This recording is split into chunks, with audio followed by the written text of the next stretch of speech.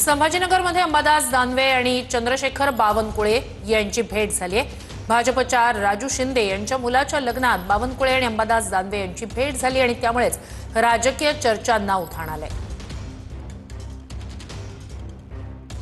राजू शिंदे यांच्या मुलाच्या लग्नात झालेली ही भेट, दोघांमध्ये त्या लग्न समारंभातच होत असलेली चर्चा, अर्थात हीच दृश्य यामुळे राजकीय चर्चांना उधाण आलेलं आहे।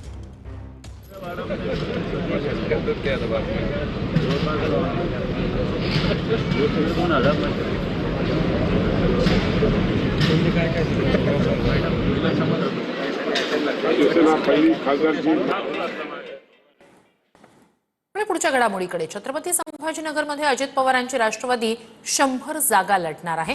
दादांच्या राष्ट्रवादीच्या अभिजित देशमुख यांनी ही माहिती दिली आहे। अजित पवारांची राष्ट्रवादी संभाजीनगरमध्ये महायुतीत लढणार नाही असंही अभिजित देशमुख यांनी सांगितलंय।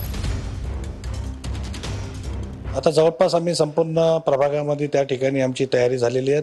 100 जागेवर आम्ही ताकदीने त्या ठिकाणी लढणार आहोत। स्वतंत्र लढणार आहोत। सोबत कुठे अलायन्स वगैरे करणार, कोण्या पक्षाला सोबत घेणार? सध्या तसं काही अजून कोणाशी बोललेलं नाही, पण येणार 1-2 दिवसात काय काय होतं त्याचा निर्णय आम्ही तुम्हाला नक्की।